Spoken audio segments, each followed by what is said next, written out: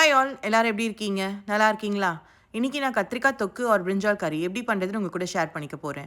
இதுக்கு ஒரு வெங்காயம், ஒரு தக்காளி, 7, 8 பல்லு பூண்டு, 7, 8 கத்திரிக்காய் தேவைப்படும். இதை எடுத்து கட் பண்ணி க்ளீன் பண்ணி வச்சுக்கோங்க. இதுக்கு கொஞ்சம் கருவேப்பிலையும் தேவைப்படும். அதையும் எடுத்து க்ளீன் பண்ணி வச்சுக்கோங்க. இதுக்கப்புறம் ஒரு வானலில் 2 டேபிள் ஸ்பூன் நல்லெண்ணெய் ஆட் பண்ணிக்கிட்டேன். நல்லெண்ணெய் ஆட் பண்ணிட்டதுக்கப்புறம் கடுகு, உளுந்து, வெந்தயம், சீரகம், 7, 8 மிளகு, பெருங்காயம் இதெல்லாம் ஆட் பண்ணி பொரிஞ்சிட்டதுக்கப்புறம் இதில் ஒரு கட் பண்ணி வச்சிருக்க வெங்காயத்தை ஆட் பண்ணிக்கிட்டேன். வெங்காயத்துக்கு கொஞ்சம் உப்பு தேவைப்பட்டுச்சு வதங்கிறதுக்காக அதை ஆட் பண்ணிக்கிட்டேன். இது 5 மினிட்ஸ் வதங்கிட்டதுக்கப்புறம் கட் பண்ணி வச்சிருக்க பூண்டையும் கருவேப்பிலையும் ஆட் பண்ணிக்கிட்டேன். இது ஒரு 3-4 மினிட்ஸ் வதங்கிட்டதுக்கப்புறம் கட் பண்ணி வச்சிருந்தோம்ல ஒரு தக்காளி அதை ஆட் பண்ணிக்கிட்டேன். இதுக்கப்புறம் இதில் மஞ்சத்தூளும் 2 ஸ்பூன் சாம்பார் தூளும் ஆட் பண்ணிக்கிட்டேன். உங்ககிட்ட சாம்பார் தூள் இருந்துச்சுன்னா ஆட் பண்ணிக்கோங்க. இல்லைன்னா ஒரு ஸ்பூன் ரெட் சில்லி பவுடர், ஒரு ஸ்பூன் கொரியாண்டர் பவுடர் ஆட் பண்ணிக்கோங்க. டேஸ்ட் நல்லா இருக்கும்.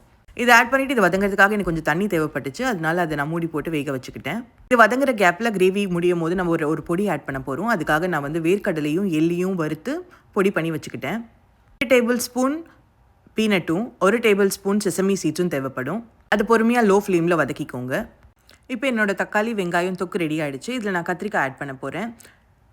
கத்திரிக்காய் ஆட் பண்ணிட்டு 2-3 மினிட்ஸ் வதக்கிட்டதுக்கப்புறம் அதில் நான் கொஞ்சம் தண்ணி ஆட் பண்ணிக்கிட்டேன் அது குக் ஆகிறதுக்காக. கத்திரிக்காய் ஒரு 70% குக் ஆகிறதுக்கு எனக்கு ஒரு 10 மினிட்ஸ் தேவைப்பட்டுச்சு. அது குக்காய் முடிச்சிட்டதுக்கப்புறம் நான் ஏற்கனவே ஒரு நெல்லிக்காய் சைஸில் புளியை தண்ணியில் ஊற வச்சுருந்தேன். இது குக்காய் முடிஞ்சதுக்கப்புறம் 70% குக்காய் முடிஞ்சதுக்கப்புறம் அந்த புளி தண்ணி எடுத்து இதில் நான் ஆட் பண்ணிக்கிட்டேன்.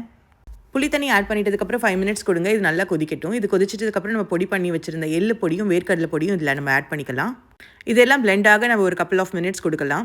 அதுக்கப்புறம் நம்ம கொரியாண்டர் லீவ்ஸ் போட்டு இதில் கார்னிஷ் பண்ணிக்கலாம். அவ்வளோதாங்க, நம்மளோட கத்திரிக்காய் கிரேவி ரெடி ஆகிடுச்சு.